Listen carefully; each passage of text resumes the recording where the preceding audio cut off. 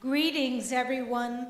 My name is Denise Scotto, and I'm an attorney here in New York City, and I used to work in the UN in New York headquarters for many years. I used to service the Commission on the Status of Women, and when the CEDAW committee was meeting in New York, I would also service that before they sent it to Geneva with the other treaty monitoring bodies. So the issues when we talk about advancing the status of women and girls around the world is one which is extremely close to my heart. And I know it's close to the hearts of everyone in this room. And to those of you who are watching from the live stream, we welcome you too. Excellencies, distinguished guests, but most of all, dear friends, thank you for coming tonight to this special cultural night here to showcase the achievements and the wonderful culture that Taiwan is having with regard to investing in its women and the way it invests in women and other people around the world.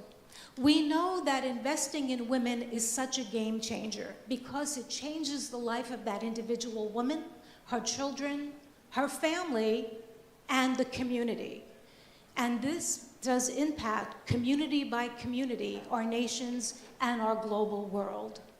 We also know from the UN years and years ago that when you invest in women, there's a double dividend. And this is what we talk about, how we accelerate investing in our societies by empowering women and girls in every single way, not just financial, through education, through health, through having them fulfill and understand that they are here to really achieve their basic human rights and fundamental freedoms.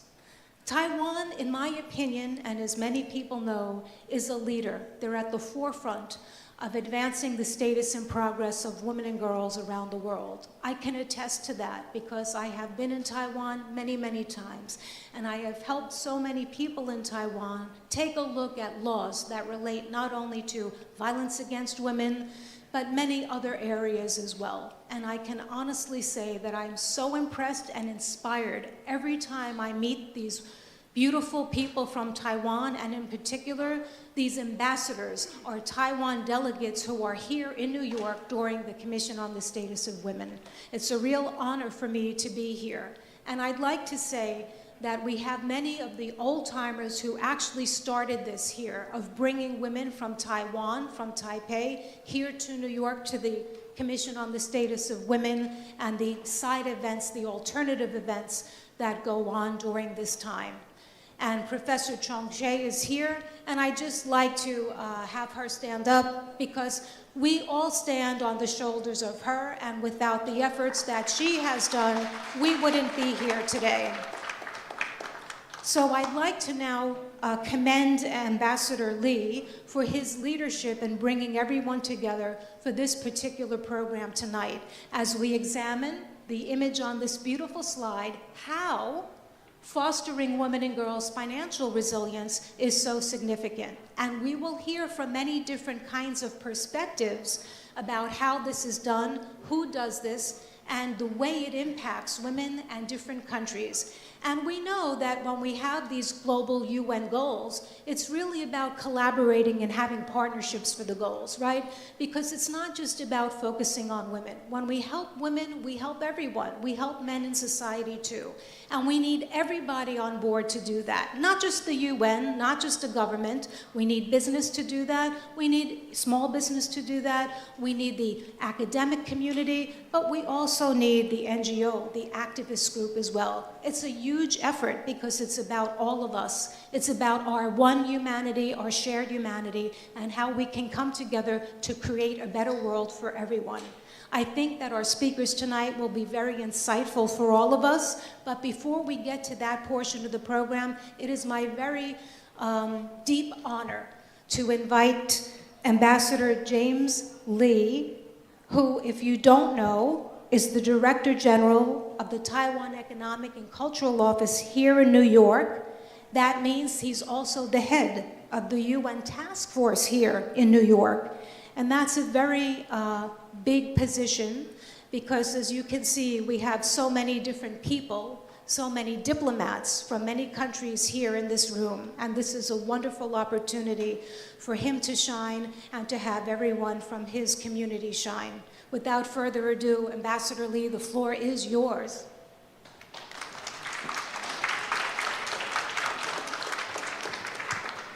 Thank you, Dennis.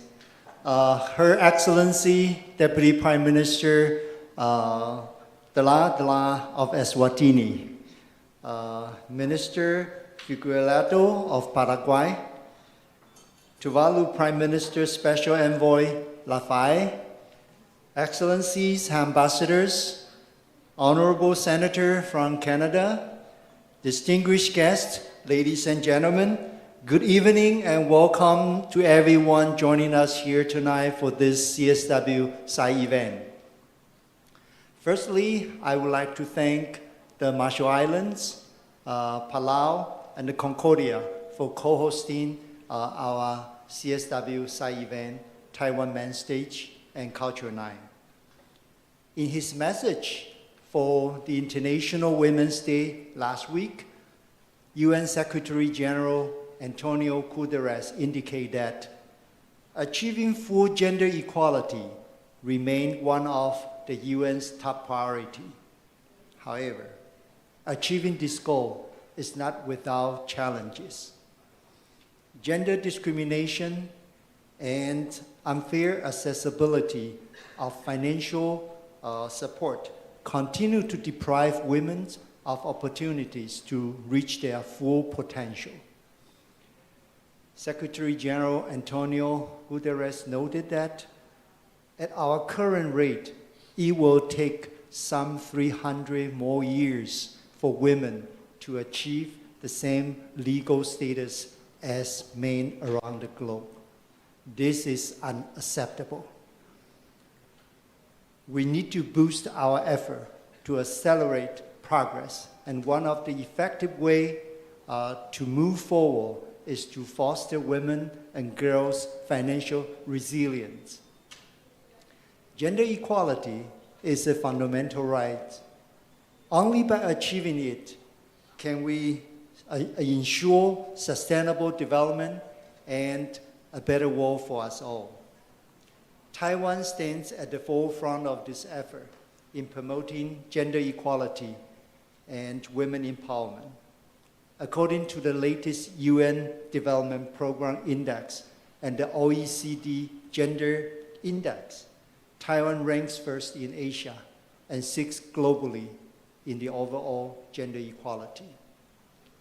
And women accounts for 42% of seats in our new parliament, well above the global average. Thank you. With President Tsai as the Taiwan's first female head of state in the past 8 years, Bi Khim Hsiao will soon become the second female vice president in Taiwan history.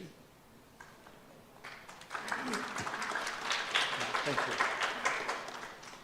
Taiwan has been working tirelessly with partners and stakeholders to eliminate discriminatory law, social norms, and practice to improve women and girls' access to financial resources. Tonight, we are honored to have ranking officials and NGO representatives from Taiwan and around the world joining us to share the progress that has been made and the challenges we must overcome. We are also delighted to have 3 talented Taiwanese female entrepreneurs who combine their passions in promoting cultural heritage with their dedication in advancing local economic development. And they will offer us a fabulous culture experience right after the seminar. So thank you again for joining us. I have no doubt that the insights shared by our keynote speakers and panelists will be of great values and inspiring for us all. Thank you.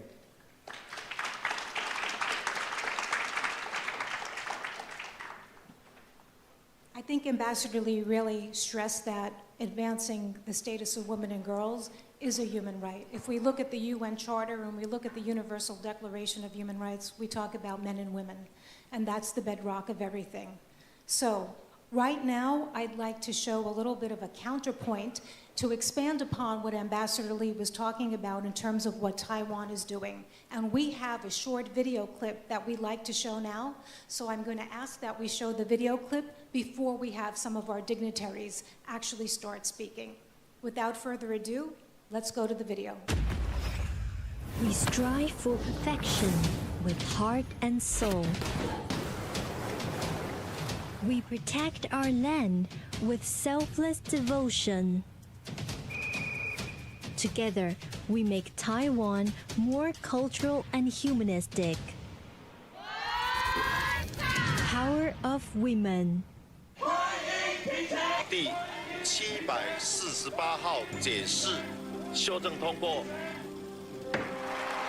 On the road of advocating equalities, even in the face of frustration, we never give up easily, because we believe that love could endure external obstacles.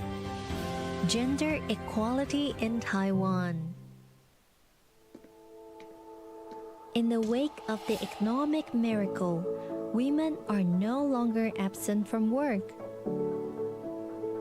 Constantly striding, we put our energy into practice. We economy. Thanks to your courage in speaking out, the world begins to show concern. Thanks to your innovative changes, society starts to transform. Together, move forward fearlessly. Taiwan Gender Equality Week.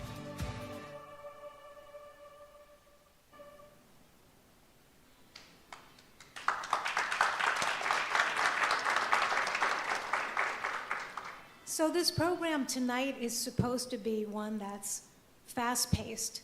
We have a lot of speakers, and we're trying to have like a TED Talk format so that we ask the speakers to really have a nutshell version of what they'd like to say so that it's really interesting and that we can juxtapose it with the next speaker who comes up.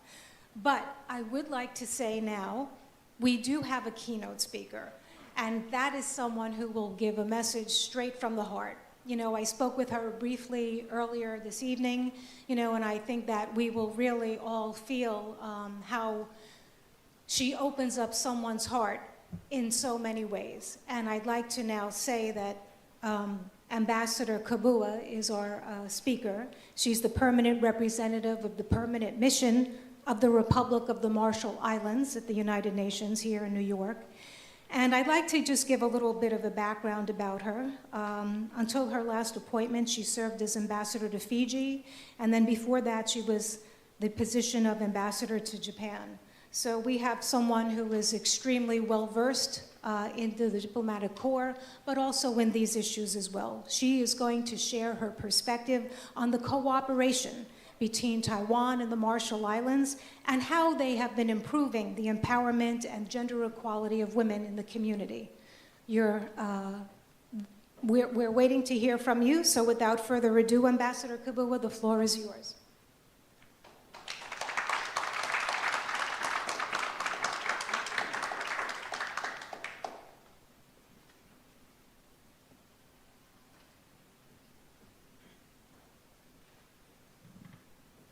Thank you, moderator. Ni hao, everyone. Good evening. I bring you warm greeting of Yahweh from the Marshall Islands to everyone here tonight. And those that are not here, well, all the best to them anyway.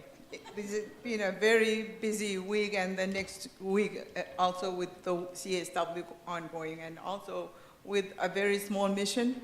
It sometimes is overwhelming. Anyway, dear Ambassador Lee, Your Excellency, thank you for this evening and for your kind invitation to join you and the TECO family. You are the most effective I would say, Taiwan representation here in the United States and beyond. I just so wish that, we should not be doing this here. We should be in the UN where you belong. But I also want to acknowledge the other co-host tonight, Palau. I met her earlier this morning with our meeting with HE, Secretary General Guterres. She's on our flight to California to address one of the we're ocean countries, and one of the a topic that we had really fight for is the challenge on containing plastics. So this meeting that she's going to is about plastics. How do we contain that in the Pacific Oceans, where we are from? And I also would like to acknowledge excellencies and everyone here, ladies and gentlemen, for this opportunity to share with you a brief sharing of Marshall Island. So the Marshall Island is very pleased to co-host as well today's event with TECO and the wonderful staff of TECO, and for this year's CSW, and to focus on women and financial resilience. The Republic of the Marshall Islands has been a close partner with Taiwan in addressing gender and access to finance. Taiwan is an important development partner, including and assisting us address the SDGs and providing partnership in sustainable agriculture, climate adaptation, renewable energy, medicine, education, gender, and local community grassroots assistance. They are very effective in the Marshall Islands and elsewhere that Taiwan has really come to our aid in smaller states. Our long-standing friendship with Taiwan is also anchored on a people-to-people basis. Taiwan has been instrumental in establishing our landmark Women Business Small Loan Revolving Fund, what we call Kare Im Ankil Fund. This is like women interest where they are given funds to start their own entrepreneurial whatever they want to do in what they can do for themselves and their families to help, put food on the table. What I'm wearing tonight is one of those that, these are Marshallese handicrafts that these women, weave from just coconut and our shells, just to promote their wares as well as to create some kind of income from this funding that Taiwan has also started with our women. So the fund provides tangible support for women economic empowerment and can be the seed to grow the innovative aspiration of our local communities. This fund is a key step forward in addressing the gender gap in unemployment and underemployment. The KIA Fund, this is the women fund that I was just talking about. It's called KIA, not the cars. I think this was Kia is from Korea, made in Korea. Well, this is not. This is for the acronym for the Women Fund. And it's a non-profit organization that targets projects and programs for marginalized women and girls and their dependents across all ages in the Marshall Islands. The KIA Fund was established in accordance with an agreement between the Marshall Islands and Taiwan government, signed in March of 2019. The fund provides the first small business loan in 2020 through our local bank, the Marshall Island Bank.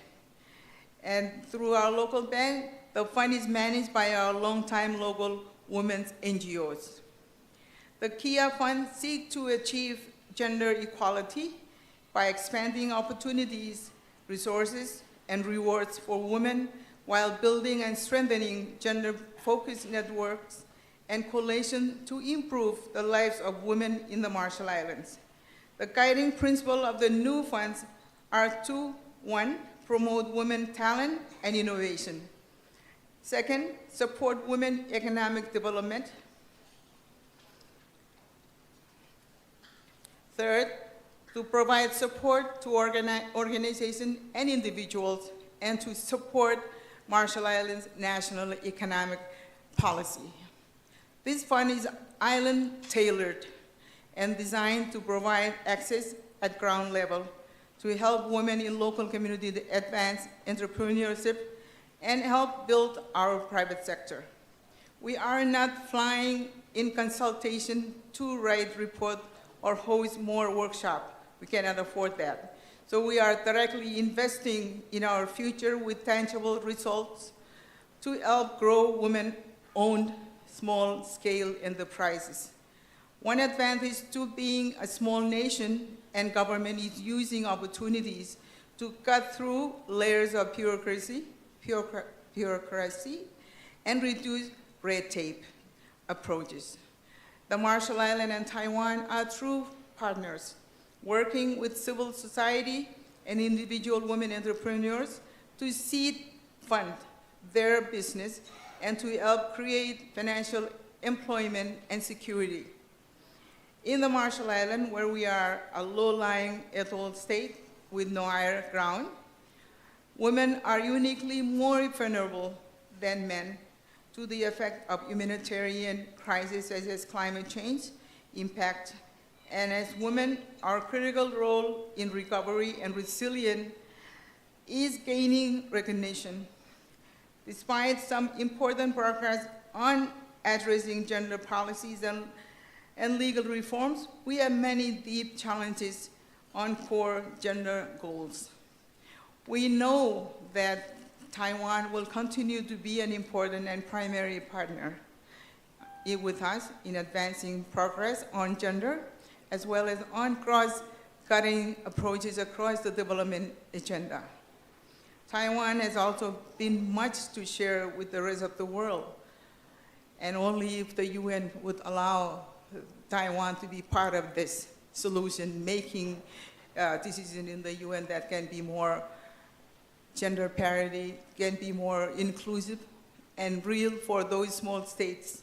I know it's not in my, I'm getting out of my statement here, but it is important for Taiwan to be back at the UN where it belongs, where they can contribute. It's one of the countries that was first founder of the UN.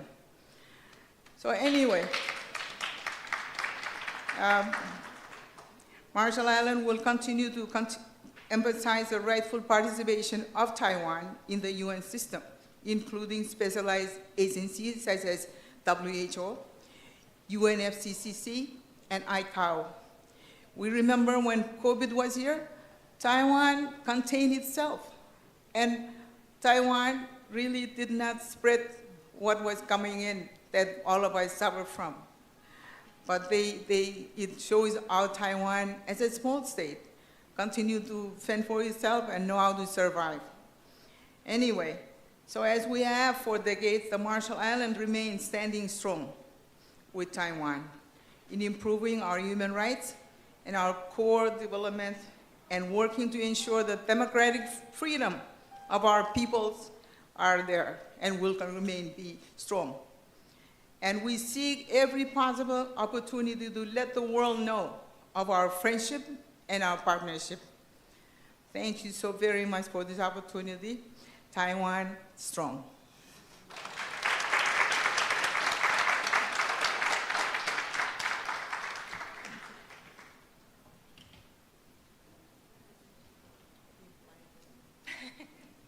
Thank you so much, Ambassador Kubua, for really showing how Taiwan has been such a leader and has been helping in so many ways in times of humanitarian crisis, but also explaining the Kia Fund and all the progress that's been made in your country with the assistance of Taiwan and their technical assistance and financial assistance.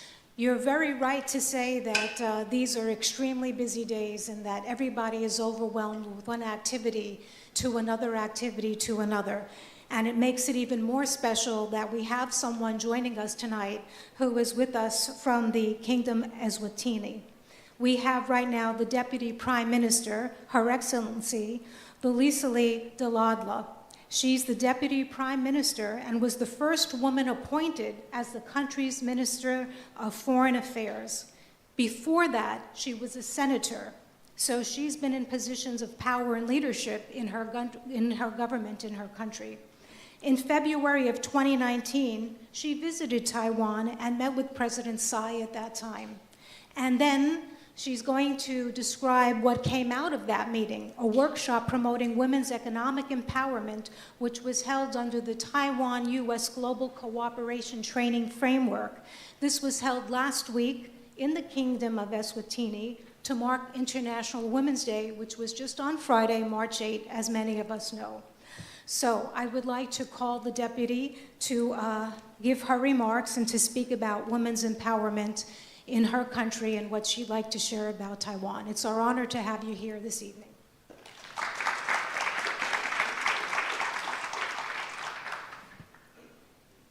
Thank you very much.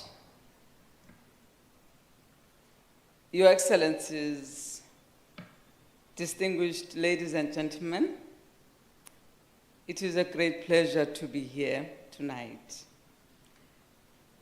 I come from Eswatini. It is still a kingdom, and we are proud of that. We are nestled between the Republic of South Africa and Mozambique. So we're a landlocked country, small by size, but with a big heart. And we're proud to be associated with Taiwan. We are proud to be rubbing shoulders with such a big country, small in size, but of course with a big heart as well.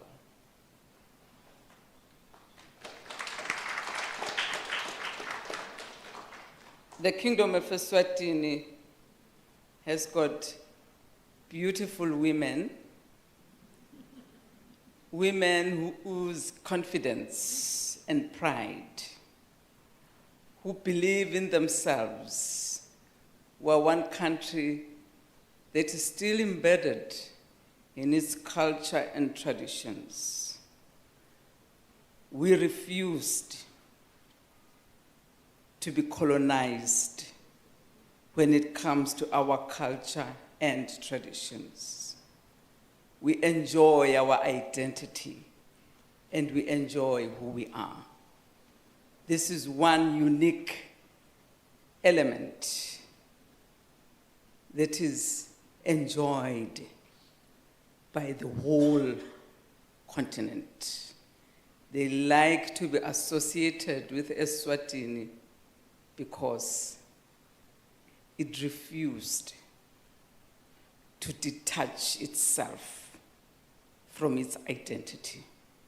We enjoy so many cultural activities.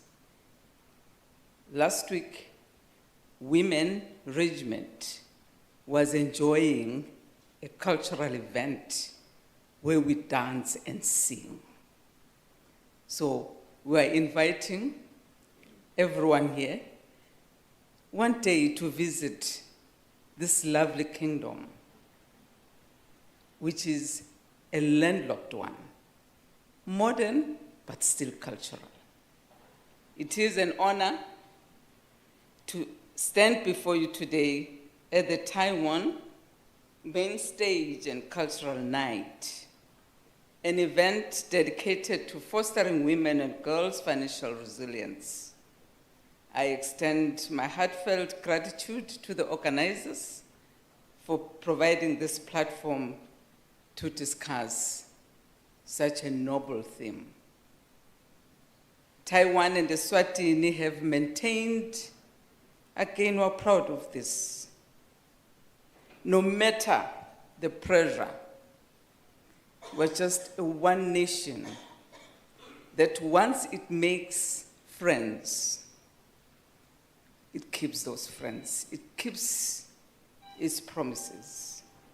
So Taiwan and Eswatini have maintained official diplomatic relations since 1968.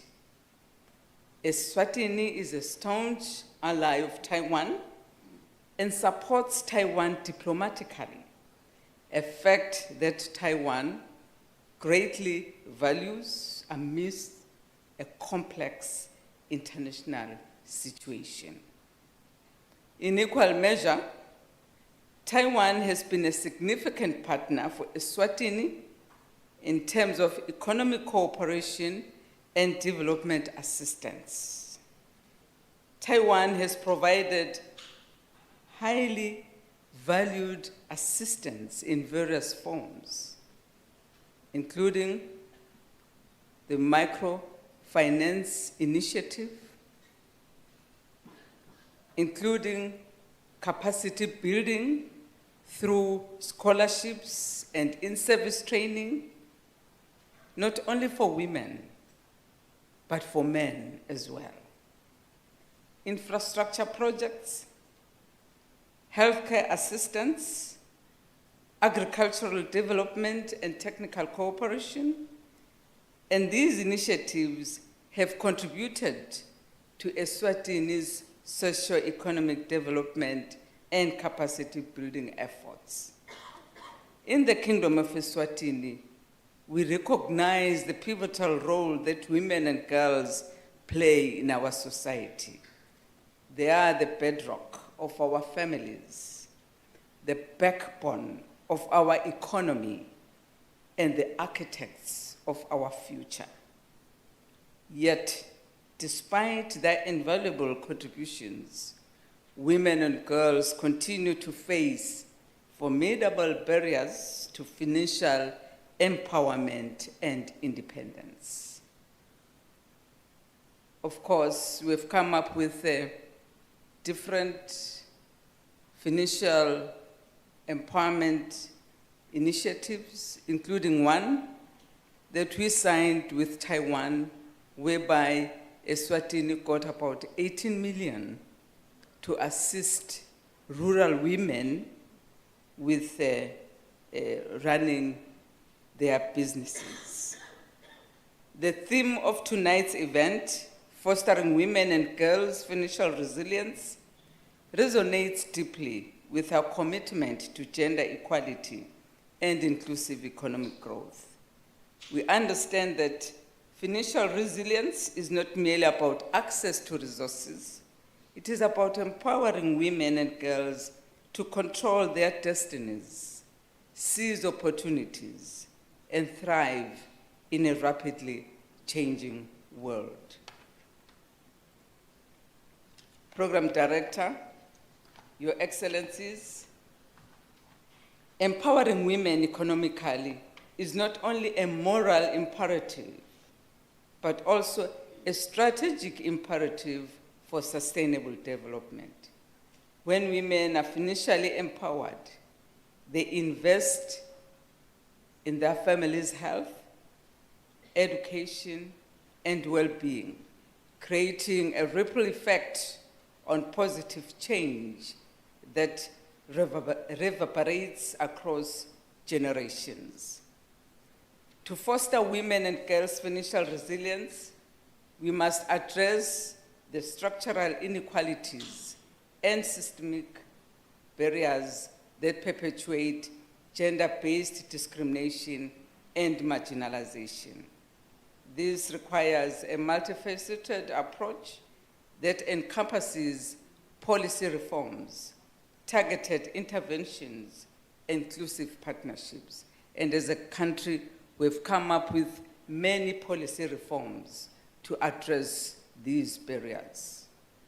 First and foremost, we must ensure equal access to education and vocational training for women and girls, and that is, of course, in place in our country. Education is the cornerstone of empowerment, and we can all attest to that. Equipping women with the knowledge, skills, and confidence to navigate the complexities of the modern economy and assert their rights in the workplace and beyond. Second, we must promote women's entrepreneurship and facilitate access to credit, markets, and networks. This offers women a pathway to economic independence and self-reliance, enabling them to harness their creativity, innovation, and leadership potential to create sustainable livelihoods and contribute to national prosperity. Third, we must enhance women's access to financial services, including savings, credit, insurance, and digital banking. Financial inclusion is not only a matter of economic justice, but also a catalyst for poverty reduction, social mobility, and inclusive growth. Fourth, we must challenge harmful gender norms and stereotypes that undermine women's economic agency and perpetuate gender-based violence and discrimination. We must create a culture of respect, equality, and solidarity, where women and girls are valued, empowered, and celebrated for their unique talents and contributions. Finally, we must strengthen international cooperation and solidarity to advance gender equality and women's empowerment on a global scale. We must leverage the power of partnerships, knowledge sharing, and resource mobilization to accelerate progress towards the Sustainable Development Goals and build a more just, inclusive, and sustainable world for all. In the context of Eswatini, Taiwan supports projects and initiatives aimed at empowering women and girls economically through partnerships with organizations like SWAGA, Women Unlimited, 1 Billion Rising, Women in Trade, Challenge Ministries, Junior Achievement, Young Heroes, SOS Children's Village, and Women Farmers Association. These collaborations typically involve providing financial resources, technical assistance, training programs, and capacity building initiatives tailored to the specific needs and priorities of women and girls in Eswatini. In closing, let us reaffirm our commitment to fostering women and girls' financial resilience as a cornerstone of inclusive development and social justice. Let us work together, hand in hand, to dismantle barriers, also unlock opportunities, and unleash the full potential of women and girls as agents of change, progress, and hope. I thank you. Siyabonga.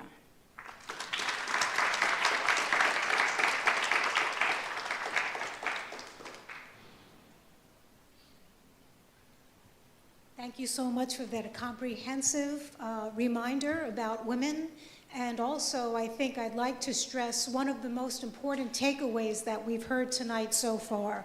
Women are the bedrock of families. No matter where you live, in which country, in which community, women are the bedrock of families because women are taking care of children, of older family members, of sisters, of brothers, of disabled people, and at the same time, they are doing things beyond the family.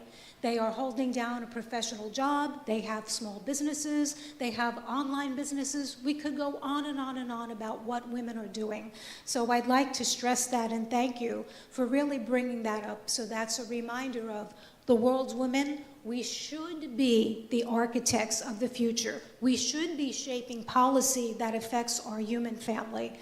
So again, I'd just like to thank you for your comprehensive speech, Deputy Prime Minister, and for joining us this evening.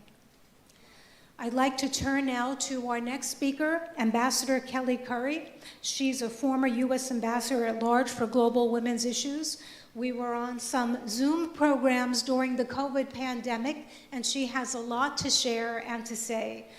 She's also an attorney, and she previously served in the U.S. delegation as a representative to the UN Economic and Social Council, and is acting deputy representative of the U.S. to the UN.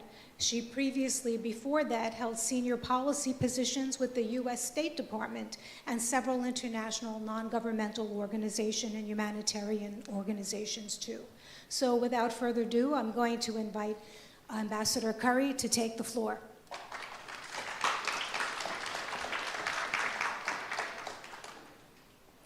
Thank you, Denise. And thank you, Ambassador Lee and Teko, for this incredible evening.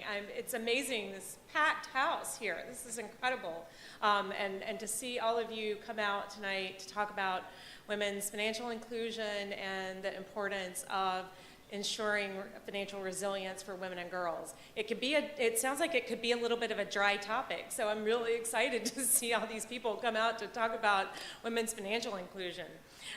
This is something that I worked a lot on when I was in the State Department, and also when I was here as the deputy to Ambassador Nikki Haley at the U.S. mission here in New York. And I miss all the energy of CSW. I kind of forgotten how exciting but also exhausting, when Ambassador Kabua was talking about how exhausting this week and next week are. I started to have flashbacks to my own experience of just running around from one thing to the next and never having time to eat or go to the bathroom or do anything normal during these 2 weeks because it was always so busy. But it was always such a wonderful experience to see women from all over the world come to New York to approach these challenges that we all face in our countries, and to bring their own experiences and their own unique perspectives to these shared challenges. So it was always one of my favorite times of the year, even though it was exhausting. And it's really great, of course, to be here at the Taiwan Economic and Cultural Office. It's such a wonderful center of activity here in New York. I worked very closely with Ambassador Lee's predecessor, Ambassador Lily Kuo, who is a great part of the wonderful women in the Taiwanese diplomatic corps, of whom I know very many and have always been impressed. And Ambassador Lee has a great team here with a lot of female diplomats who do a wonderful job as well. And I want to extend my gratitude to his wonderful team who put this event together and worked with their colleagues from Palau and the Marshall Islands and Concordia to put together this incredible series of activities that's taking place. So, I do remember one thing from my time here in New York, the nice shortcut to all the excellencies, and to say all protocols observed in order to get around having to recognize everybody. So all protocols observed. I'm going to get to the meat of these remarks. When we talk about, we've heard a lot already from previous speakers about how important it is for countries to invest in the health, education, and economic empowerment of women and girls, and that overall this leads to better social, economic, and political indicators. It's something of a truism, especially CSW Week. You really hear this over and over and over again.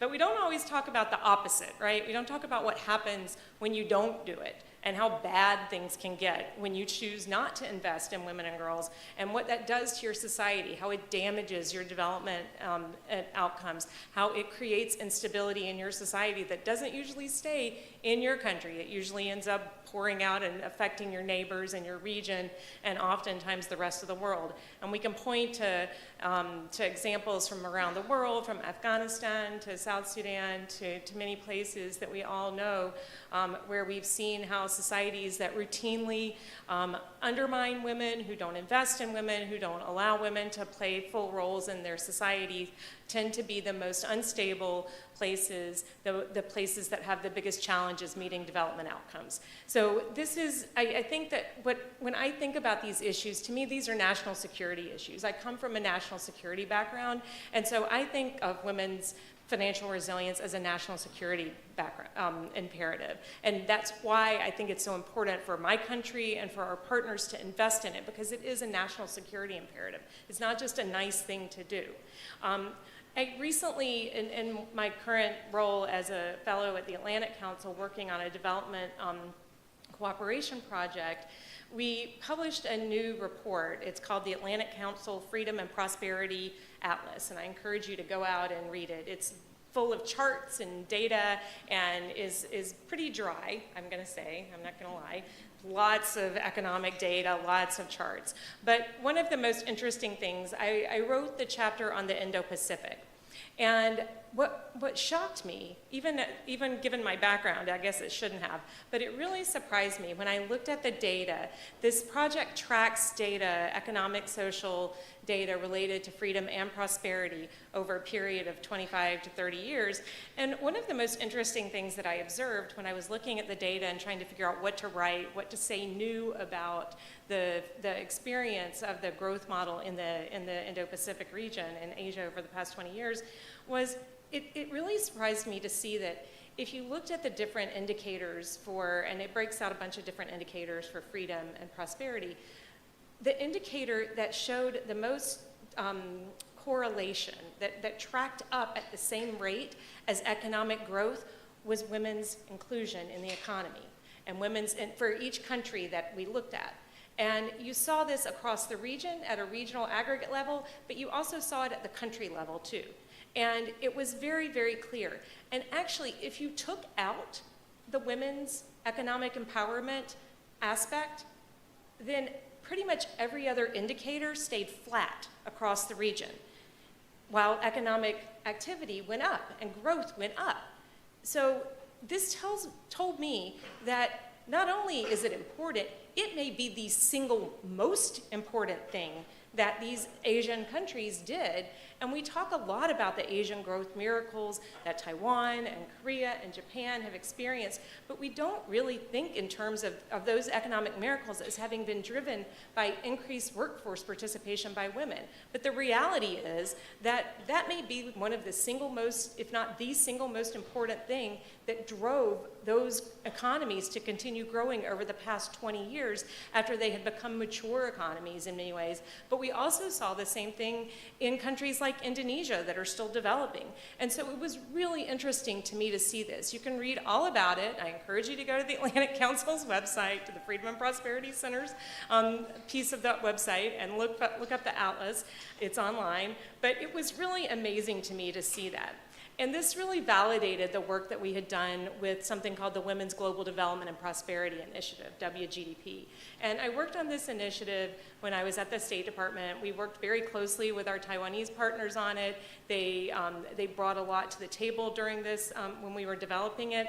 But one of the things that was most interesting and that I focused on very heavily because of my background as a lawyer was looking at these barriers to women's financial inclusion and economic participation. And we found that if countries around the world removed barriers to participation for women in just 5 specific areas of law, and they were access to financial services or capital, restrictions on travel, restrictions on working in different sectors of the economy, restrictions on property ownership and inheritance rights, and access to other institutions like courts and bureaucracies that were unequal access to those institutions. If countries removed the barriers that existed in just those 5 areas of law, we determined that this could unlock $7 trillion in new economic activity globally. And when we looked at the research and the data and figured this out, it was just like, this is a no-brainer. We need to go out and work with the countries that have these barriers in place and help them to unlock these, this potential. And when you tell countries, and when you tell, I was often told I need to go meet with the women's minister or meet with the person responsible for gender. And I'm like, no, I want to meet with the economic ministry. I want to meet with the trade people. I want them to look at our data and see what we're seeing and what they're leaving on the table by not including women in their economy fully. And so we really made a push to go targeting the finance ministries and the treasury people and the people who did economic policy in these governments to say, look at what's happening because you have this restriction that doesn't let women do night work, or doesn't let women work in the construction field, or different things, or doesn't let women inherit property equally on the basis, and these things are really holding your country back. And it doesn't cost you any money to change these things. That's the great news. You don't have to do a new program. You don't have to go out and spend a lot of money. All you have to do is find the political will to change the laws and regulations that are doing this. So we felt like this was low-hanging fruit, and we did a lot of work around this, and we saw a lot of results around the world. Unfortunately, COVID hit right when we were launching this, so we weren't as effective as I think we could have been. But it was a really important thing for me to see how hungry countries, our partners, were for this kind of engagement, for not just saying these things in a nice way to have, that, oh, this is nice, we want to empower women and girls, but showing them the financial data and how it affected their growth in a dollars and cents way that made sense for them, and showed them that the cost-benefits analysis was there very, very clearly. So I think that we all now know there's this undeniable correlation between women's participation in the workforce and economic growth and prosperity worldwide. But I think that this finding becomes even more profound when you look at how these countries have done this in the Asia Pacific. And then I think that it's really, like I said, when we looked at factors in the Atlantic Council report, like trade liberalization and overall improvements in property rights, overall investment freedom, and even overall, when you looked at the overall aggregate of educational attainment improvements, none of those had the same effect in these countries. So it's really, I think, it's really critical. And when you think about that, I want to highlight what's going on in the biggest country in the Asia-Pacific region and how they are working against this trend, because this is what continues to surprise me as I look at the data. So right now, the People's Republic of China, under Xi Jinping, it has thrown decades of expansion of women's participation into reverse over the past 10 years. They are making it harder for women to participate in the workforce. They are discouraging women from participating in the workforce.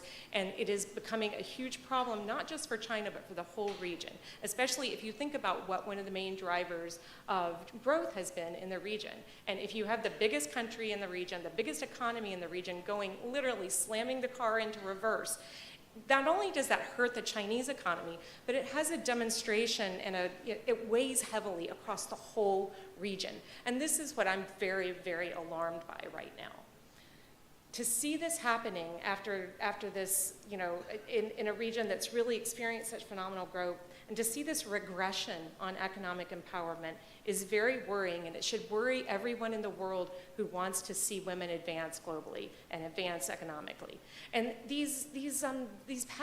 what's happening in China also shows a concerning pattern, because China, again, these things don't stay in China if China's doing this. China is trying to export their development model all around the world. And so this practice, these patterns that we're seeing in the People's Republic of China are not going to stay in the People's Republic of China.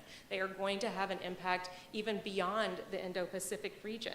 It also shows how fragile women's progress is. We've made so much progress, but it can be reversed by somebody who's intent on doing that, and when you have an authoritarian government that is intent on doing that. And that's really frightening for those of us who've been working on a freedom agenda of pushing economic freedom for women, to see these anti-freedom policies being pushed out and taking hold in the second largest economy in the world and the biggest one in the Indo-Pacific. So I think that up against this very stark realization about what's happening with China, again, you have this bright light with Taiwan. The contrast could not be more clear. You have a country that has not just embraced women's political participation, but also women's economic participation. As Ambassador Lee noted, Taiwan has the highest proportion of female legislators in Asia, at more than 40%. And they also, 37% of its small businesses are led by women. In addition, they've had for the past 8 years an extremely popular and very powerful and strong female president who has led the country and has been a role model not just in the region, but globally. And now my dear friend Bi-Khim Hsiao is becoming the vice president, and cannot be more excited to see what she and President Lee are going to do. It's really exciting to see what's happening in Taiwan from the perspective. And again, the contrast and how it has benefited Taiwanese society to have women's participation be so robust and so encouraged and such a policy priority, not at home. And then you see what it happens when they take it abroad with the GCTF, and you see in Palau and Eswatini what that program does. Our partnership with Taiwan with the Global Cooperation and Training Framework, which we really intensified over the past few years, has just been incredible. I personally saw the kinds of activities that GCTF does to empower women around the world and with their diplomatic partners, and it is extraordinary. They do a really good job. The programs are very high quality.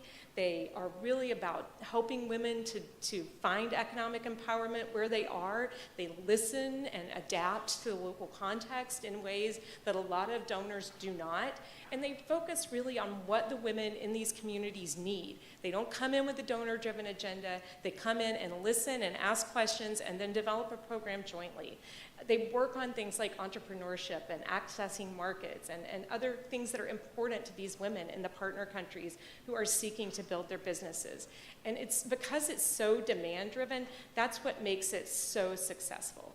This is why, I talk about Taiwan's secret sauce as a country and why it's such a successful country, and how wonderful it is that they're not keeping that secret sauce to themselves, but they're going around and sharing it with their diplomatic and development partners. So I want to just, in closing, quote something that President Tsai said last year during the Empower Women Latin America conference, which took place in Taiwan, and it had guests from all across the Latin America region, another area where Taiwan works very closely with us to develop women's potential.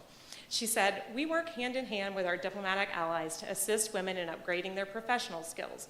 We also provide consultations and resources needed to start a business.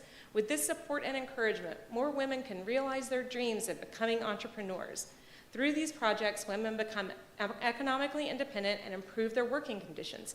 This gives them a sense of accomplishment, confidence, and courage, and creates positive change in their lives." I couldn't have said it better myself. The United States is so proud, and its global partners will continue to invest in women's economic empowerment, and we need partners like Taiwan. One of my favorite Taiwan kind of phrases is Taiwan can help. This was something that came out during the pandemic. It was a catchphrase that President Tsai used a lot to talk about how Taiwan can be a partner, Taiwan can be part of the solution. And here, definitely when it comes to women's economic empowerment and financial resilience, Taiwan can help, and they not only can help, but they do help. They help by actually doing things, not just talking about them. So thank you again for giving me an opportunity to speak with you tonight, and I look forward to the rest of the program. Thank you.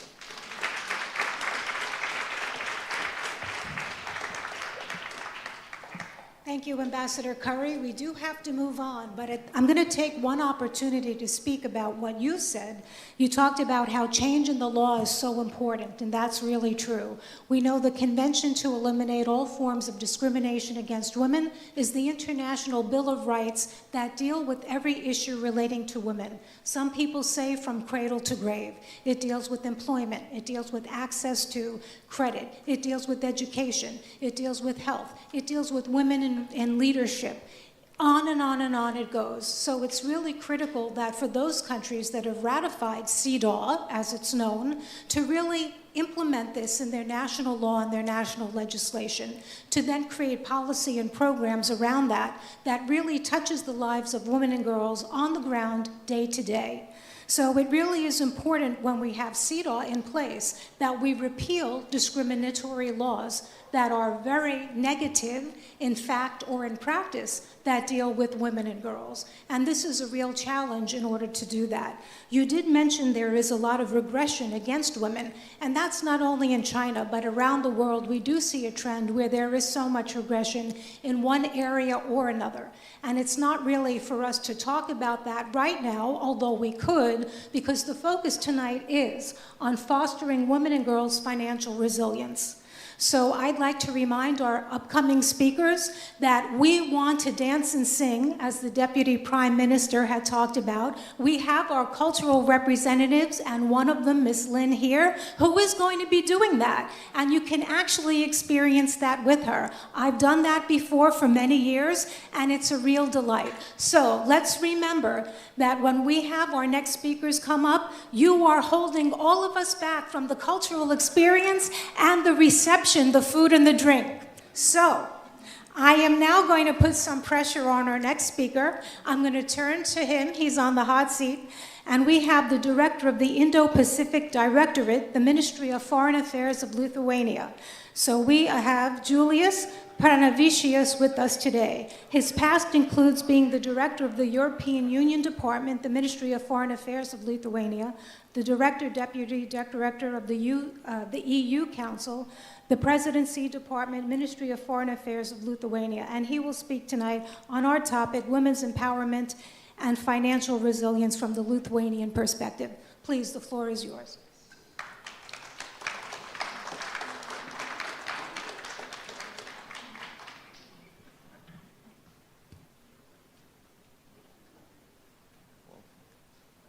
Your Excellency, Deputy Prime Minister, dear colleagues, distinguished panelists and guests.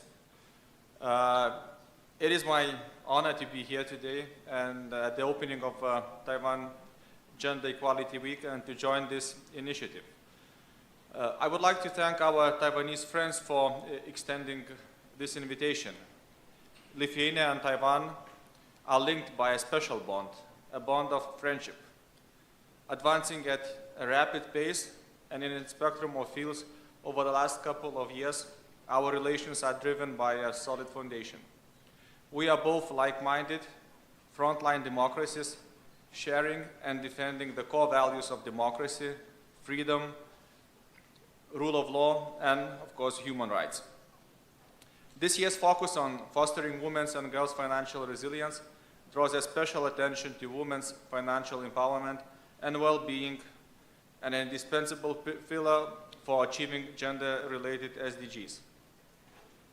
Gender equality isn't just about fairness. It is crucial for the strength of our democracies, economies, and global partnerships. When women have an equal voice alongside men in shaping our societies, it enriches decision-making, fosters innovation, and ensures that the needs and perspectives of all citizens are represented. Globally, we are not doing great, and for sure we are doing not enough. The 2023 Gender Snapshot Report from the UN Gender Equality Agency warned that if current trends continue, over 340 million women and girls will be living in poverty by 2030. And the next generation of women will be still experiencing widespread gender disparity. As the world is grappling with concrete challenges, namely post-pandemic recovery, climate change, deteriorating security, food crisis, these affect women to a great extent, especially in vulnerable and fragile contexts. To counter these trends and pivot towards greater gender equality, we need more commitment and leadership. And Taiwan, a vibrant democracy, and Taiwan is a leading actor in this field, with its accomplishments exceeding both the average global and Asian performance. In 2021, Taiwan ranked 7th globally and 1st in Asia in UN Gender Equality Index. Last year, in 2023, it ranked 5th worldwide in Social Institutions and Gender Index. Taiwan is also a global leader in women's political participation, and its initiatives contribute to advancing the rights and well-being of women around the world. The Taiwan Gender Equality Week, happening yearly, is another proof of just how strong this commitment really is. As for my country, Lithuania, we are inspired by the most virtuous countries and gender equitable societies. Lithuania has been putting efforts to make progress. And I can share good news. According to the Global Gender Gap Report 2023, published by the World Economic Forum, Lithuania is now ranking 6th in Europe and 9th in the world for gender equality. European Institute for Gender Equality, the UN agency which is located in Vilnius, Lithuania, is attributing most of this progress to the improvements in the domain of power and time. No doubt that we still have a long way to go on gender equality, including in financial and economic domains, but the changes are visible. Women's involvement in technology in Lithuania has been growing steadily in recent years, as women are increasingly joining the technology workforce in Lithuania, and there has been also a rise in female entrepreneurs in this sector. While there may still be a gender gap in certain tech fields, more women are entering roles in software development, data analysis, cybersecurity, and other tech-related fields. Women Go Tech program, founded back in 2016, has contributed in significant ways in this process of building a more inclusive and innovative tech ecosystem by providing women with the necessary support and skills. Lithuania is hence not a newcomer in the field of women empowerment and has also started being a provider of expertise. The above-mentioned Women Go Tech program has now set an ambitious goal to extend its scope and assist tens of thousands of women in the Central and Eastern European region. A special invitation is extended, of course, to Ukraine women, whom the program aims to assist in discovering new and promising opportunities that will aid them in integrating into the labor market.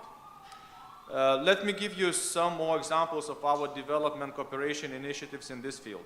In 2021 and 2022, Lithuania implemented 3 projects aimed at women's empowerment in India, which targeted female population and was designed to increase gender parity of households, financial decisions, and foster financial literacy.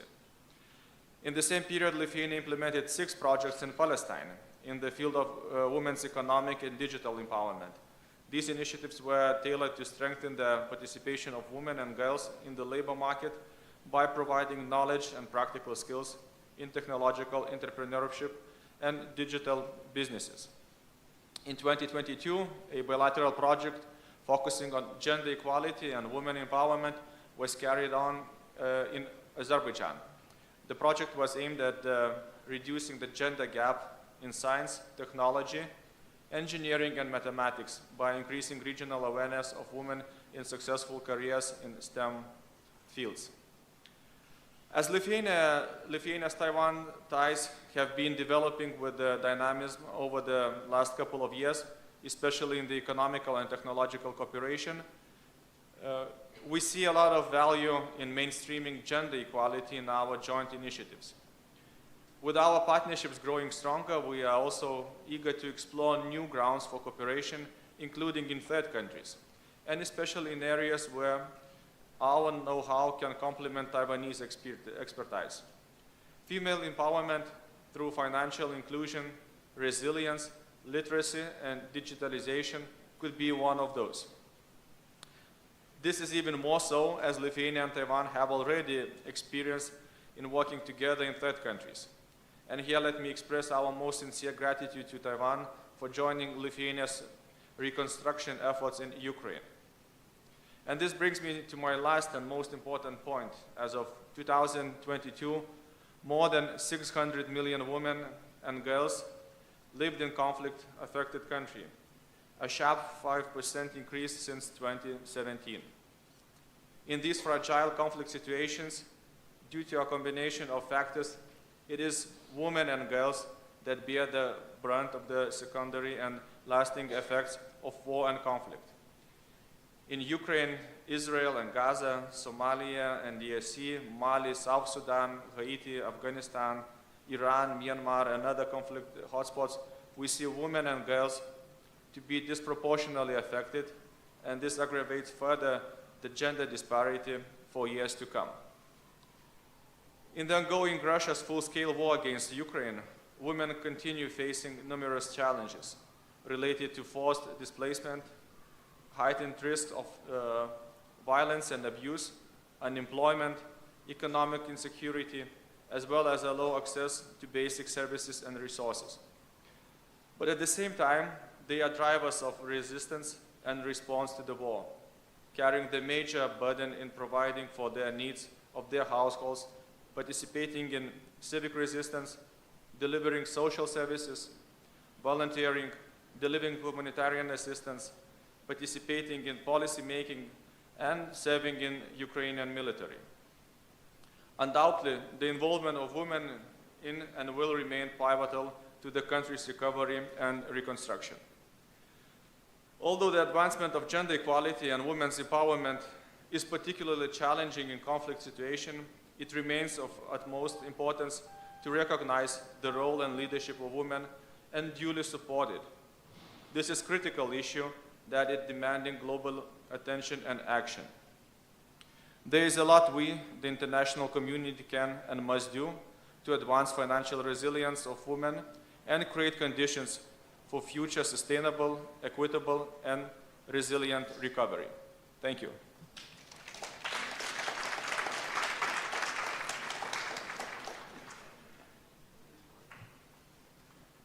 Thank you, sir, for that address to us today. One of the things that really you brought forth is how women really need to have more education and training in technology. You know, this is something where I think the world is just moving so fast. We never thought about AI, that it would be here, and it's way beyond us in many ways. People using AI in the legal profession are using it to write briefs, and what happens? Opposing counsel and the judges are finding out that these cases cited in these legal briefs are non-existent. They're being made up by AI machines. So it's really important that we have a better understanding, and women need to be in this. If it's being women who code, if it's being women who make the apps, if it's women who were involved in cybersecurity, on and on and on. But I appreciate you bringing the conversation to what's happening in the world today that's very relevant about the situation of women and girls in war and armed conflict, because we know the tremendous suffering, the incredible violence that goes on. And if UN Security Council Resolution 1325 and its progeny were implemented better, and there was real political will behind that, we know that there would be more women at the table speaking about peace, negotiating these peace accords, and this is what we need. Women in these positions who are there, who are really talking about how women are able to move forward and to have a more peaceful world. Women, peace, and security is a theme that we can reach back over 25 years to. This is something, again, as I said at the beginning, is very close to my heart. So with that, I will now stop, and I will say that we're switching gears a little bit. We have a special video because someone could not be with us today. We have a message by the Honorable Orlando Brewster, who's the Minister of National Mobilization, Social Development, Family and Gender Affairs from St. Vincent and the Grenadines. He has a message that will talk about the cooperation between Taiwan and his country, and let's show that videotape right now. Thank you. Hi, I am the Honorable Dr. Orlando Brewster, the Minister with the responsibility for national mobilization, social development, social protection, family, gender, youth, housing, and informal human settlement, here in the blessed land, St. Vincent and the Grenadines. First, let me apologize for not being able to be there in person at CSW 68.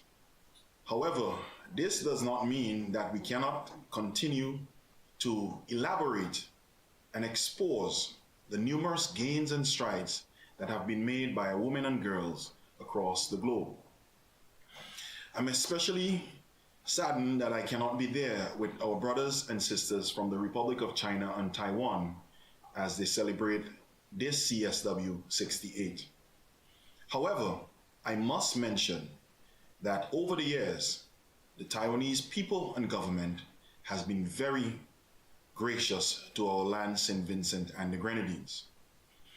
I want to speak as to most recent, where we had an excellent initiative dubbed the Women's Empowerment Project, which was sponsored by the Republic of China and Taiwan. Now, this project came about as an initiative after St. Vincent and the Grenadines witnessed one of the worst volcanic eruptions it has ever seen over the years, as well as the COVID-19 pandemic, which caused serious havoc here on the lives and livelihoods of many Vincentians. And I'm happy that at that time, the government and people of the Republic of China and Taiwan saw it fit to implement such a magnificent initiative. This project touched lives and livelihood here in St. Vincent and the Grenadines. This project was done in collaboration with many of our NGOs here in St. Vincent and the Grenadines. The Women's Empowerment Project had several components, which included vocational and skills training, and business development and counseling. It was also a critical tool in helping to put together a mechanism which will help to enhance and secure the financial independence of our women here in St. Vincent and the Grenadines. It also promoted their equal participation and provided socio-economic protection that contributed in the reduction of poverty here in St. Vincent and the Grenadines. And I can say wholeheartedly that the women and girls of St. Vincent and the Grenadines benefited directly from this wonderful initiative. The Taiwanese people and government has continued over the years to be our friend, to be our neighbor, to be our brothers and our sisters.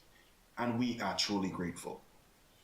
And I know that this is just part and parcel of what they have done over the years and what they will continue to do in our relationship, which was developed since 1981 when we became allies and friends.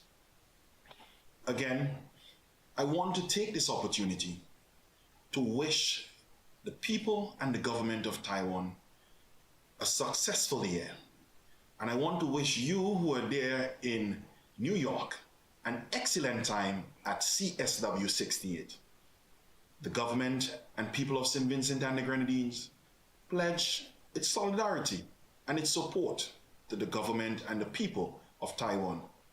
And we will continue to work hand in hand with our women and girls here in St. Vincent and the Grenadines to make sure that they are not left behind. Again, all the best for CSW 68. Thank you.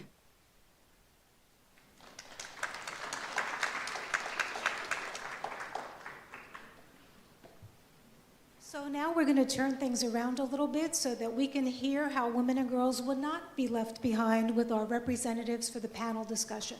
I'm going to call them up here to join us in these chairs so it can be a little bit of an informal discussion, if you will. So I'm going to invite Ambassador Carlos Fuller. Could you please join us on the stage? Hank Huang, could you please join us? And Maria Stroden, please come up this evening so that we can have a little bit of discussion.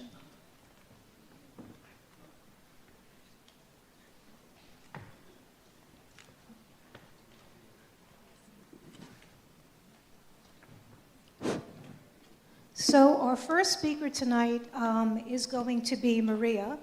You know, we're all trying to accommodate everybody because there are so many activities going on.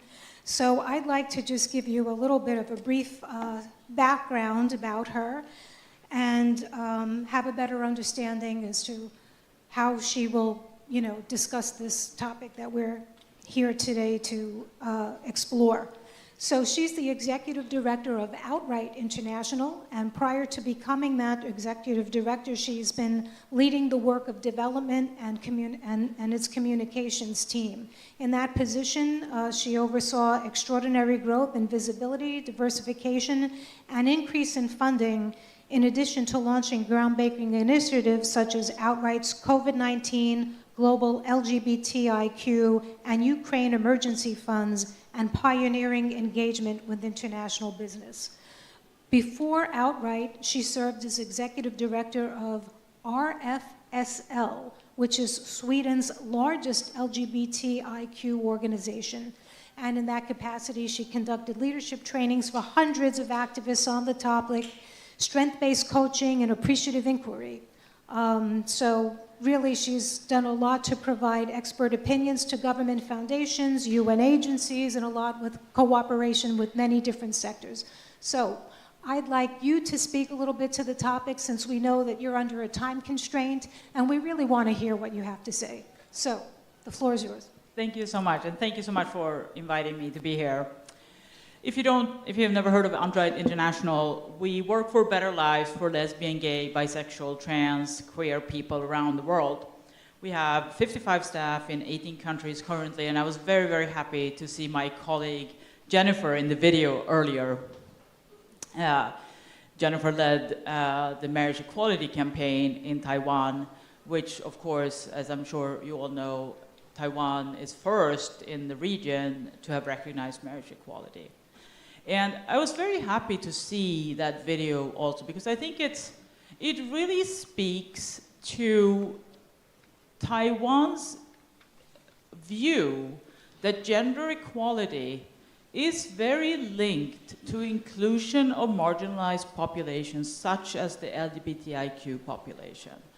Because when you look at gender and you just look at large groups and say, well, you have men and women and that's all we are concerned about, you miss out on a lot of the nuance.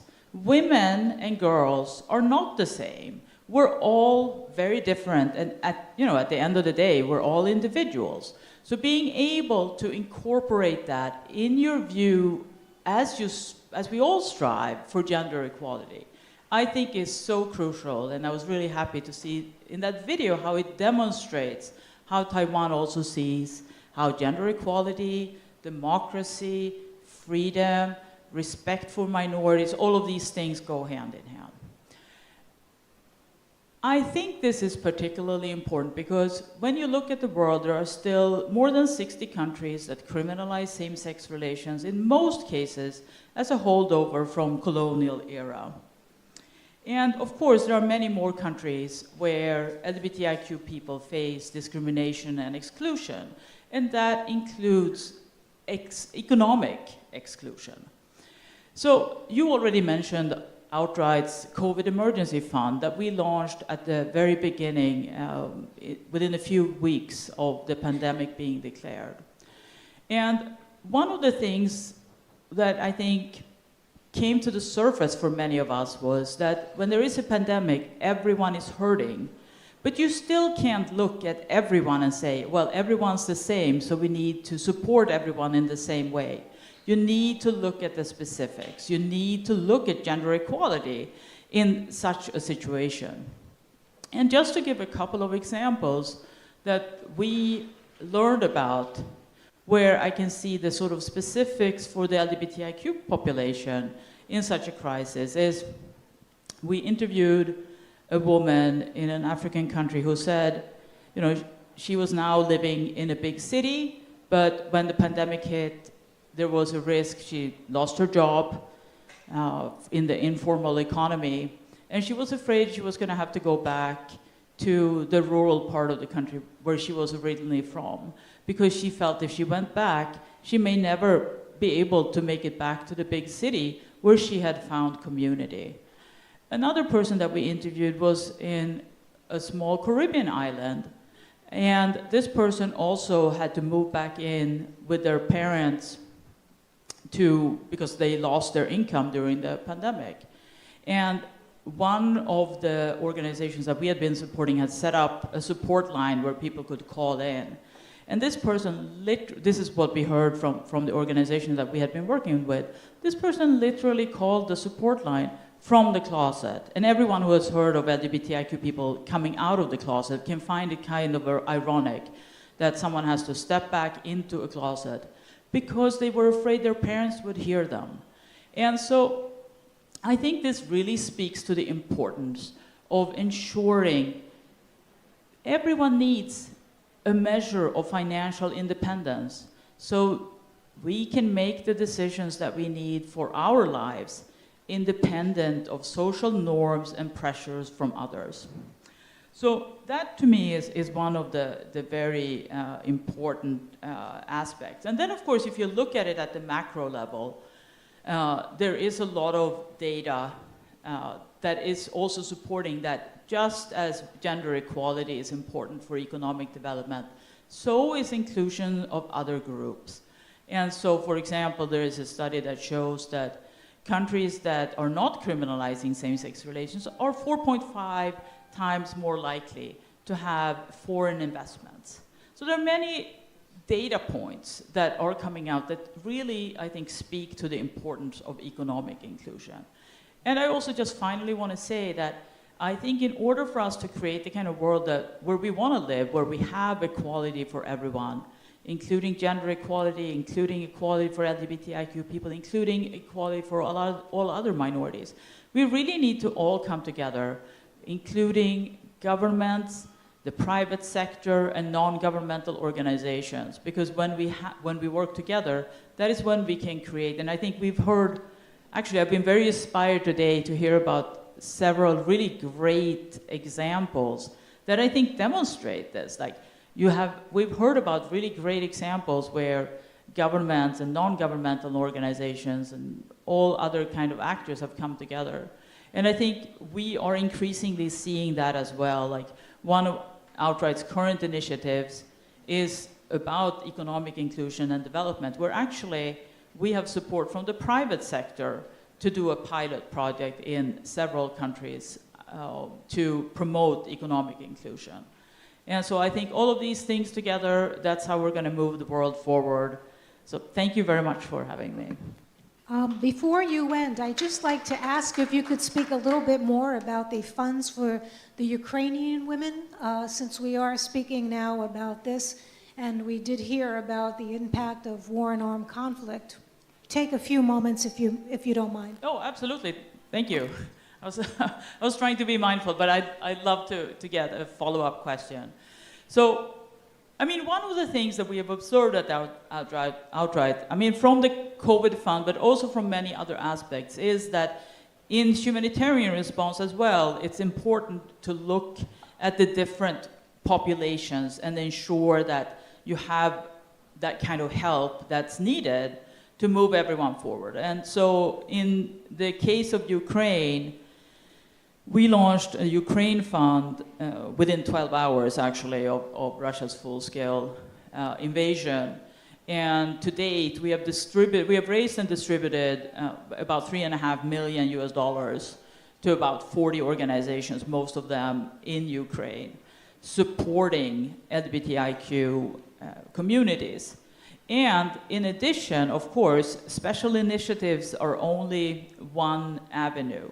We need to also, of course, mainstream and change what other organizations are doing. So I have two colleagues in Ukraine who are working with the humanitarian system itself, doing trainings and supporting organizations that I think are used very much to sort of supporting everyone, but making them more inclusive. And we have found that there's a lot of interest, and also just in terms of like the funding for this fund, we have seen so many individuals and organizations stepping up. So I think, again, it really speaks to this need of all of us coming together when we really want to see change in the world. So what you speak about really is something I think that broadens us when we talk about fostering women and girls' financial resilience. You know, the idea of inclusivity is extremely important. And we know the UN has the Commission on Social Policy and Development, and that's really about social policy and how this is a particular topic that just sits in that commission.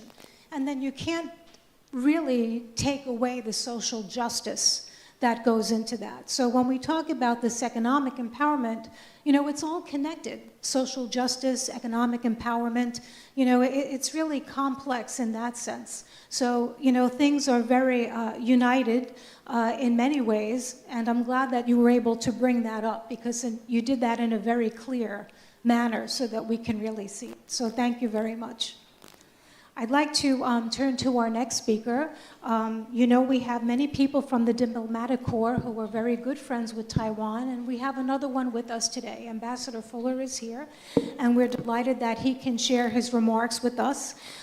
He was the International and Regional Liaison Officer at the Caribbean Community Climate Change Center in Belmopan, Belize, from 2008 to 2021. And if you don't know, he has served as the chief meteorologist. Yes, chief meteorologist with the National Meteorological Service in Belize City. He's going to focus his remarks for us now on the topic. The floor is yours. Thank you very much. And I will take all the credit for the weather you're getting today. Before I begin, let me just share some experiences from yesterday. So yesterday I was at Perry World House at the University of Pennsylvania in Philadelphia at a seminar, and I was on a panel discussion on how would the Belize-Taiwan relationship change under the incoming president. And I said it would go from strength to strength because it is based on three principles. Number one, the right to self-determination. Secondly, territorial integrity. And third, we both share vibrant democracies. And with that, we can only build from strength to strength. So let me turn to the topic today. On April the 18th of last year, Prime Minister John Briceño of Belize signed a loan and grant agreement with the Development Finance Corporation of Belize to finance the credit program for safeguarding the productive sectors and women MSMEs project, consisting of a loan of $5 million and a grant of $500,000. The purpose of the project is to help the DFC expand its lending to micro, small, and medium enterprises, and in particular, women's businesses, to facilitate post-COVID economic recovery and promote women's financial inclusion. In Belize, MSMEs account for approximately 98% of enterprises and 45% of the GDP. Of these businesses, 24% are women-owned.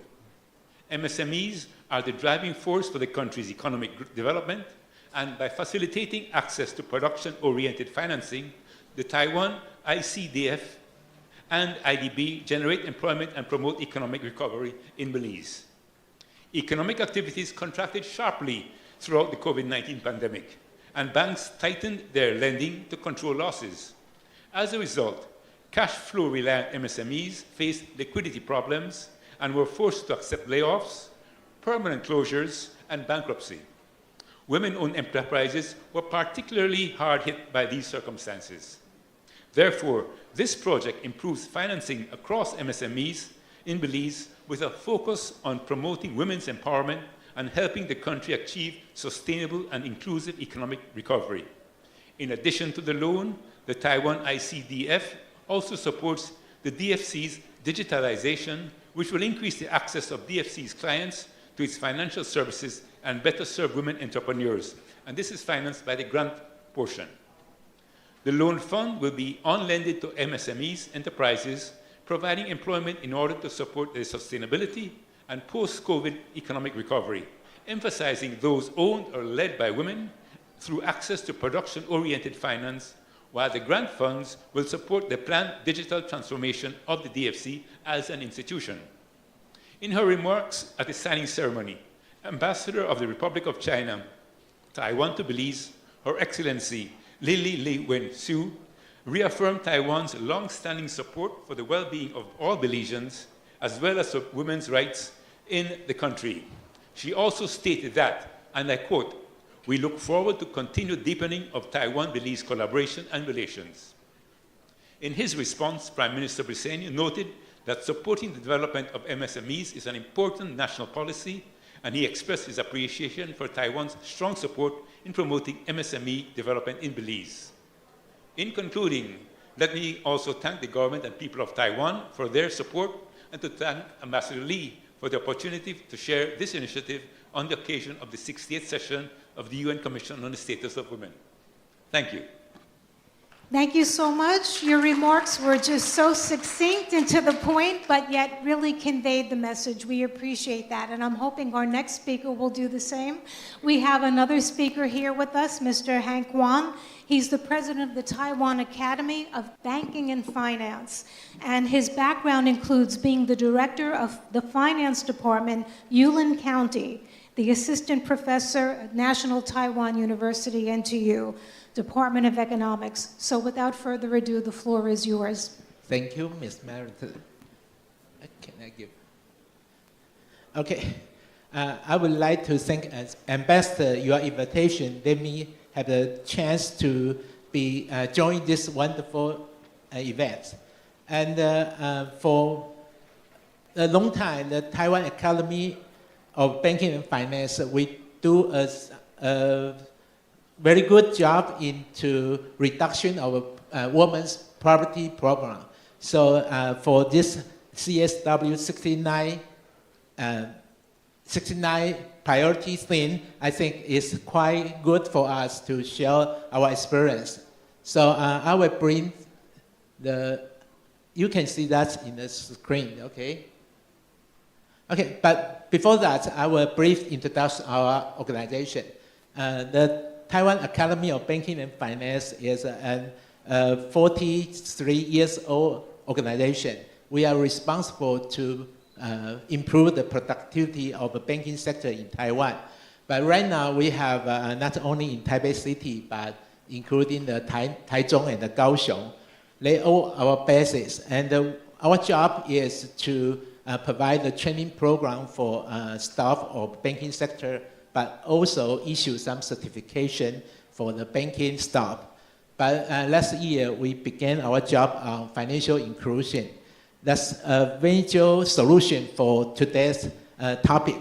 So for financial inclusion, I think most of you have already known the story of Muhammad Yunus, who is a Bangladeshi economist and banker.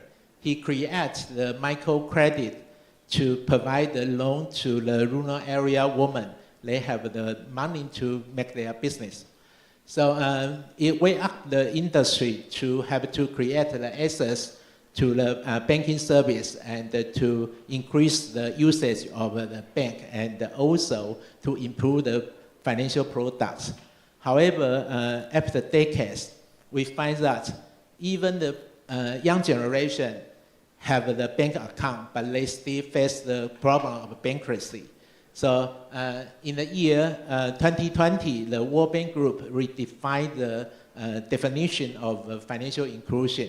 That the bank and government should work together to provide the consumer the useful and affordable financial products. But how can they choose the right products from all kinds of the service?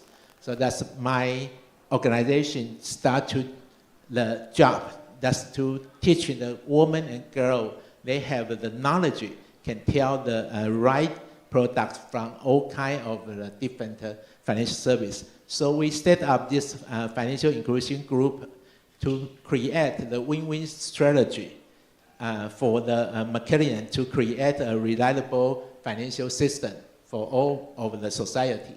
So my team prepared a 4-minute chip video can show the work of the please enjoy it.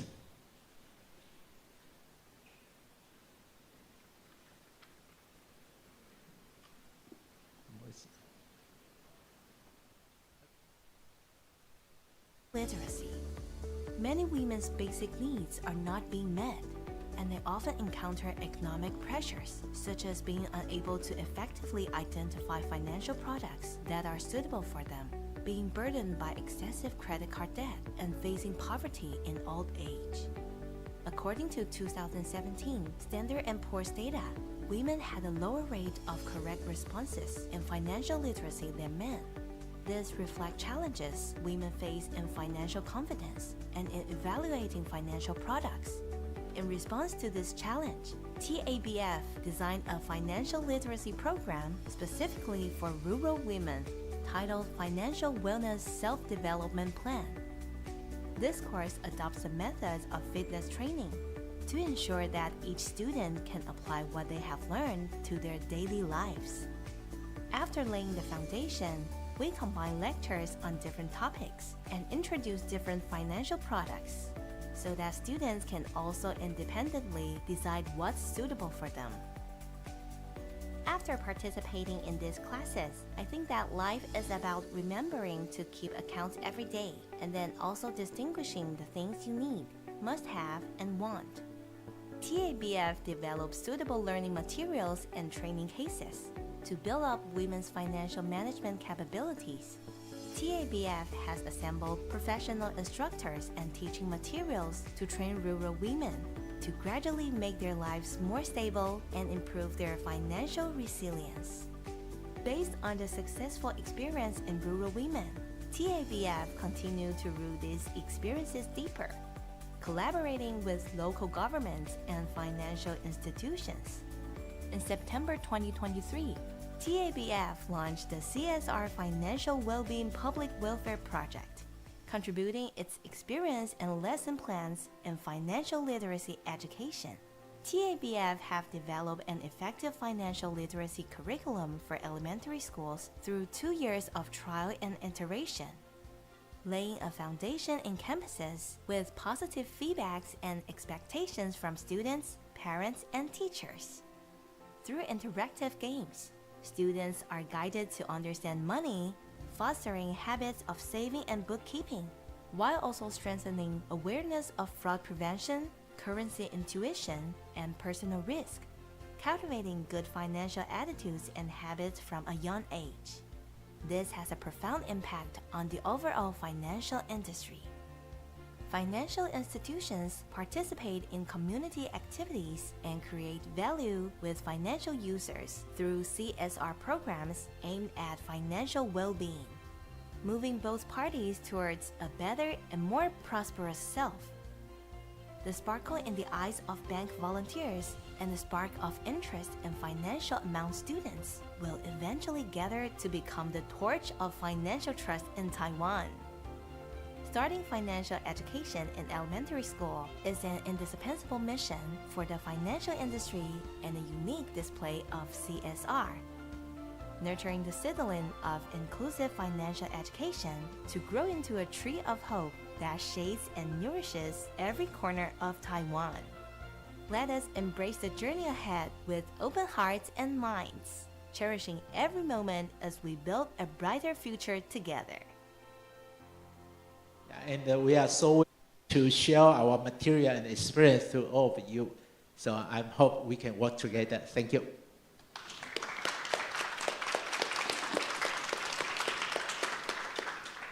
Thank you so much, Mr. Wong. It's a game changer for so many to have financial literacy and the ability to really understand what that means in one's life, but also to understand about products and how those are so important and what's tailored for one's life at that particular moment in time. So congratulations on the financial literacy and the way you started that program, because I know that that is going to be such a great support and something that really will benefit not only the women of Taiwan, but Taiwan as a country as a whole. So at this time, let's just give one round of applause to all our panel speakers.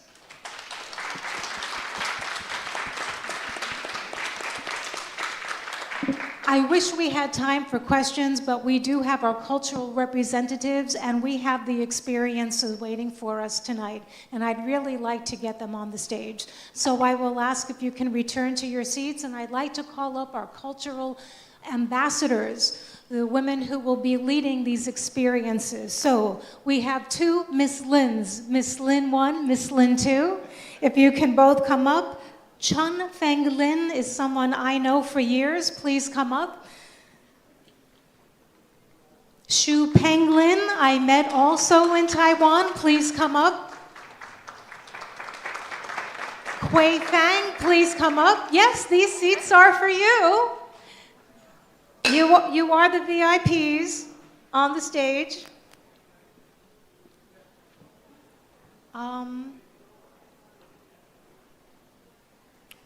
So I don't know if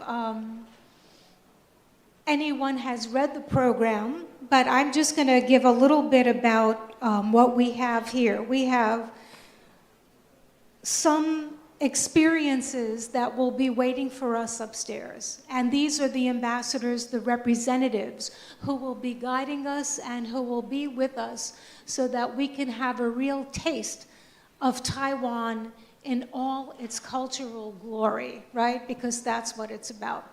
So I'd like to just have them give a little bit of a snapshot so we can have a better understanding when we go upstairs and really get involved in having those experiences, because this is the way that we have greater understanding about Taiwan and about Taiwanese culture and what that means, and how we can really feel that they're something special and yet we can relate to it at the same time. So I'd like to ask our first representative, and I had alluded to that. Chung Feng Lin is the Secretary General of the Young Women's Christian Association of Taiwan at Pengtung. And she's someone who I have been in the presence with for many, many years, and I have heard her sing with such a beautiful voice and bring so much healing to people. She's from the indigenous Ami tribe, and I'd like her to just give a little bit, some remarks that she can share with us. Do you have a mic or no? Yeah. Okay, perfect. Okay. Utapang uunginang ngaiho sarikakama pulong. According to CEDAW Article 14, I have the right to use my mother tongue. So now I will teach you how to use the indigenous language to say hello. So follow me. Raise your hand. Now, nga, I, ho. Say that again. Nga, I, ho. When you say ho, you should touch other people. Okay? Practice that again. Nga, I, ho. Hey, you are very smart. And as our culture, we say that we are not alone. We have to connect to each other. And then when we raise our hand up, that's the sun, that's the moon. And then come to the spirit person. Then we have to appreciate, then we have to share. So we share the happiness, the feeling that our all wear, that all your money you have to share. That's indigenous people in Taiwan. Okay. So come to the upstairs, we will share the culture, how to combine other together, use that our traditional waving. Okay, that's your turn. So we have Shu Peng Lin, who is the co-founder of Say Hi Home. And rush weaving is a collective memory of Taiwan's Yun Li. But today, only a few women in their 60s or older are still very familiar with that. If you could explain some more for our audience. Yes, thank you. Rush weaving, which is the rush, is the material of my heart. It's a handicraft tradition passed down for generations of women in Yuanli Township, a town located on the west coast of Taiwan. With the tradition fading and plastic usage replacing rush and other natural fibers in the past decades, we observed job losses and outflow of population and local communities shrinking. Our town's younger generation is now working in tandem with the elderly the artisans to promote this cultural heritage and continue to create new products. So women utilizing our weaving skills and flexible hours at home secure our economic independence and pass down traditional knowledge and help our local community. So join us upstairs later on and experience Taiwan's rush weaving traditions. Thank you. Thank you so much. And finally, we have a representative from Gen Tea, which means pure tea. And we have a tea maker with us, and I have to say that I've been privileged to be able to go there to Elon and to taste the tea and to meet this tea maker. We have Kui Fang, who is with us today, but we also have the master tea maker here. Where are you? I'm looking for you. Where are you? You should be here on stage with us too. Please join us. Oh, she went upstairs? Okay. Okay, you're waiting for us. You're preparing for us. We have you. We know where you are. So without further ado, Gen T, can you tell us a little bit? Hello, everyone. My name is Fang. And I'm from tea family, Jan Tea from Taiwan. We've been making tea for 5 generations, and it's all female. And if you don't know tea, that's very difficult to do because it's 99% is male-dominated industry. And making tea is such a labor-intense project. So from beginning to the end, I remember when I was little, we would cut school for 2 weeks straight because every day you just get to sleep for 3 hours. And all the teachers know that you're making tea, so you automatically dismissed from the school. Having said that, my family are passionate about making oolong tea. And oolong tea to the tea world is like, especially Taiwan's oolong tea, in the tea world today, it's like TSMC in semiconductor industry, if you would know. And today we're very proud and really thankful for the opportunity to be here to share our tea. And the way we're gonna do it is gonna be a little bit different. We're gonna provide 2 different kinds of tea ceremony. One is the current tea ceremony that we've been doing, and it's been very popular in Taiwan. So if you come to Taiwan, that's most people will offer you when you first come to the house. And the second way of doing tea ceremonies from Song Dynasty. And Song Dynasty tea ceremony is really something just amazing. It's beautiful and it's artful. Song Dynasty is from 10th century to 12th century. So we invite you to come to have a little taste of Taiwan, and maybe you try a little bit of tea ceremony yourself too. Thank you.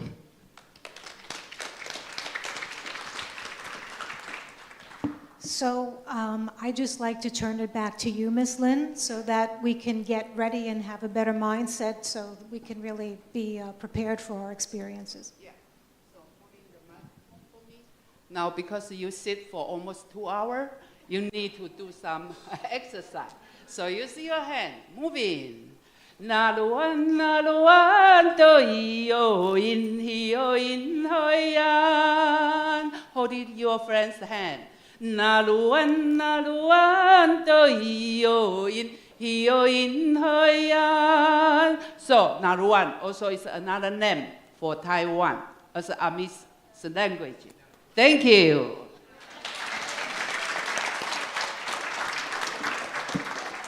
Thank you, friends, for joining us. It's at that time now that I am so privileged to say we are getting ready for our taste. It's almost here.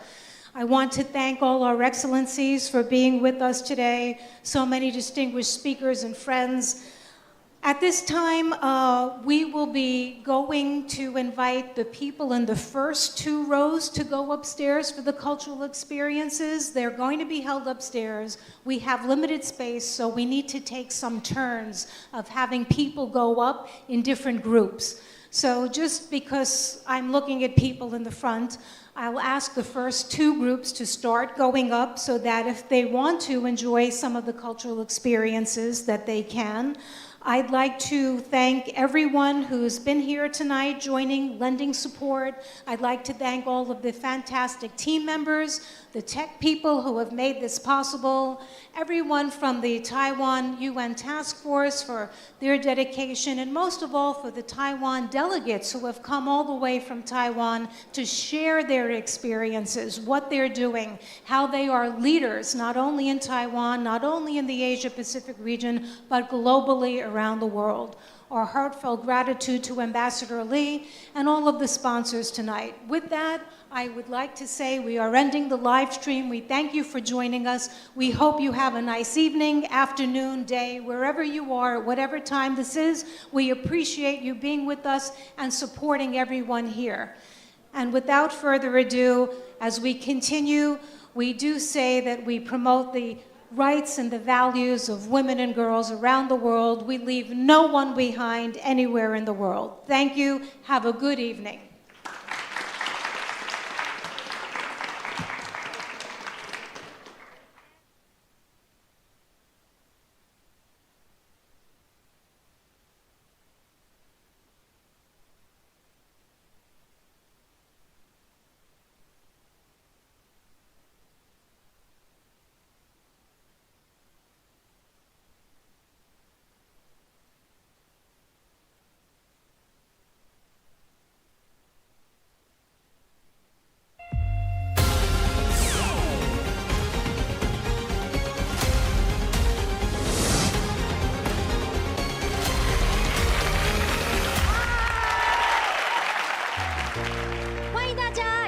喜大家来到112年度外交小尖兵总决赛的现场。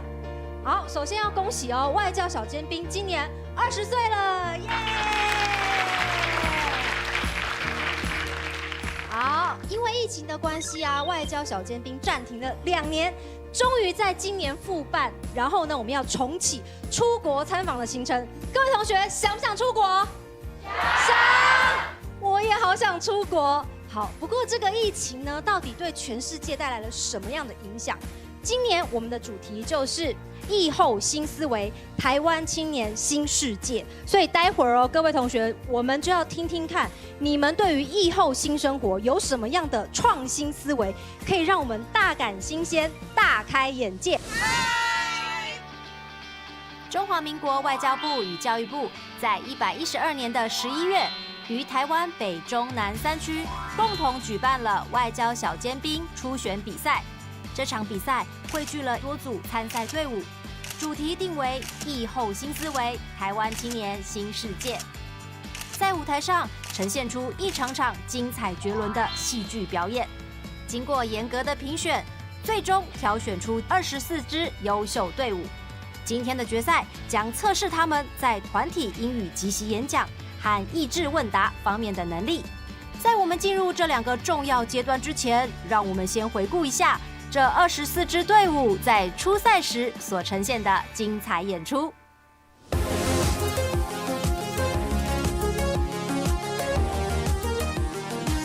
Greetings everyone, we are NNKIH, 南科十中.